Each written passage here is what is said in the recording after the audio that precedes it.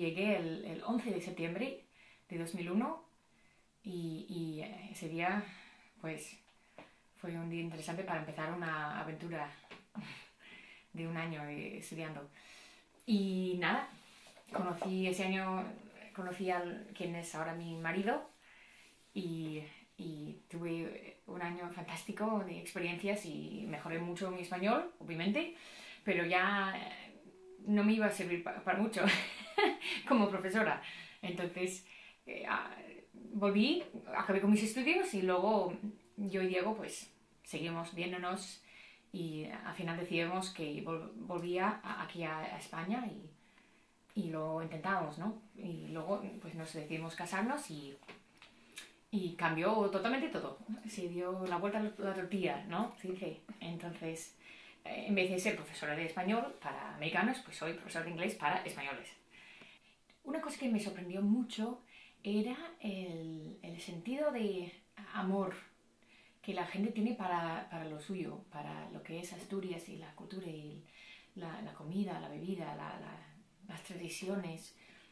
Es un orgullo y un amor que me pareció precioso y me recordaba de lo que conozco yo de ser americana, de lo que es el patriotismo para un país. Y aquí en España, debido a muchas razones, obviamente la gente se siente más identificado con su tierra regional que con la nacional. Al principio es difícil de hacer amigos y es difícil de entrar, digamos, y hacer esos enlaces y ese círculo de amistades y de confianza. Pero una vez que la tienes, eso daría la vida por ti. Antes de conocerlo, solo conoces los estereotipos y obviamente pues la cultura americana se exporta muy bien y globalmente por las películas y la televisión, las series y esas cosas. Y como todo, hay cosas que son verdades y luego hay cosas que están totalmente exagerados. Y obviamente no se expone todo lo que es la cultura americana. Con ser un país tan grande hay muchos partes que no salen, la gente no conoce, que no somos todos neoyorquinos o lo que sea, no somos todos de ¿cómo era? Orange County, de California, una diversidad en todos sitios. Entonces, la verdad es que en general la gente asturiana y la gente española siempre han sido muy amables y eso creo que es una suerte haber nacido americana.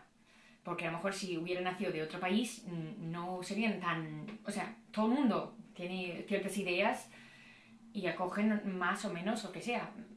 Pero claro, al tener ese estereotipo de lo que es Estados Unidos y lo que es americano, era como, ¿americana? Vale, ven, no pasa nada. Y a lo mejor otras culturas y otros países no tienen tanta suerte. Desde pequeños, ahí enseñamos a nuestros hijos, tú cariño, puedes hacer cualquier cosa. Y si tú lo sueñas, lo puedes hacer. Y con mucho trabajo y mucho blood, sweat and tears, sangre, sudor y alguna lágrima. Puedes llevarlo a cabo, ¿no? Y ese espíritu de lánzate y de construye, y eso obviamente viene de muchos años, bueno, vale, bien, poca historia en comparación con la historia de España, pero muchos años, algunos cientos años en Estados Unidos de tener que buscarse la vida, ¿no? De las personas que vinieron a Estados Unidos, ese espíritu se comparte. Y es cierto que cuando vine me sorprendió mucho a hablar con algunos niños en el instituto, en el colegio, diciendo, ¿y tú qué quieres hacer cuando eres mayor? ¿No? ¿Qué quieres hacer? Tío, yo quiero ser funcionario. Y yo quedaba como, ¿cómo? ¿Qué es eso, un funcionario? ¿Pero qué?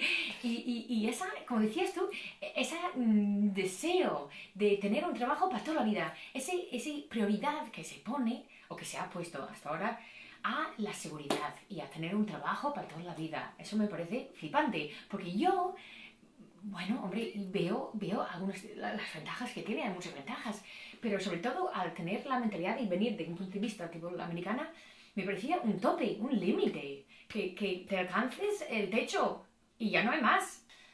Hay otra manera de hacer las cosas, no es los jefes o las jefas por un lado y los empleados por otro y somos adversarios. Yo no quiero crear ese tipo de ambiente y al encontrarlo en muchos sitios, luego trabajé para una empresa y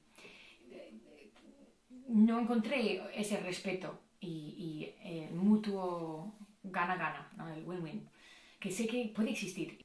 Y entonces la única cosa que quedaba era hacerme autónoma. Bueno, ya era autónoma, pero era buscarme la vida yo sola.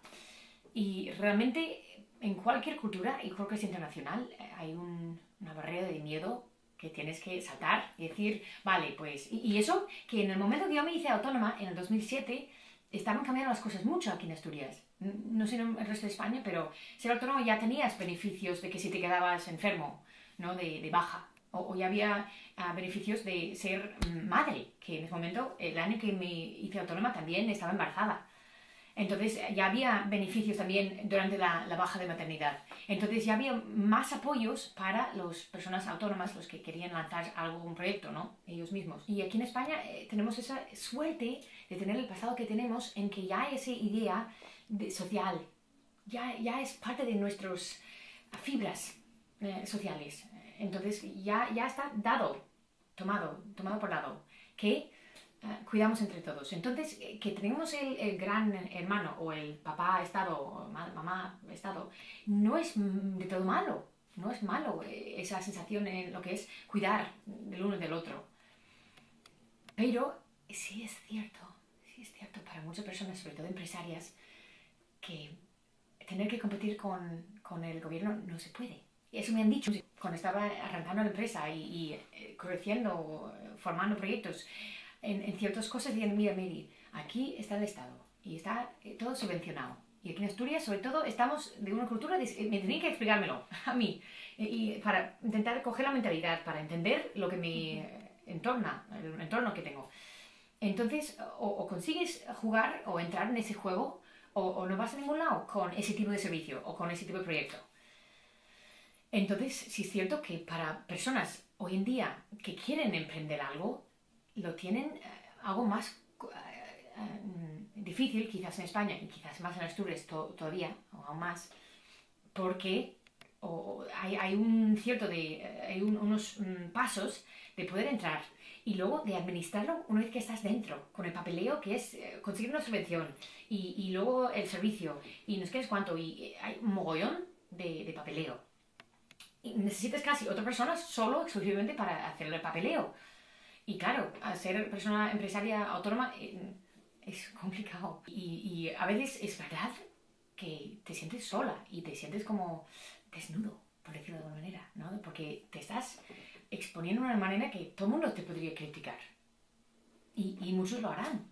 Pero uno de mis mentores decía que si estás recibiendo muchas críticas es porque te estás lanzando mucho y dejándote ver o dejan que te están viniendo, ¿no? Y entonces eso es bueno. Y esperar tener algún fracaso. Que hay muchos caminos que no tienen salida, ¿no? A dead end. Muchas calles que a lo mejor no tienen salida, pero si no empiezas, no vas a saberlo hasta dónde llegará.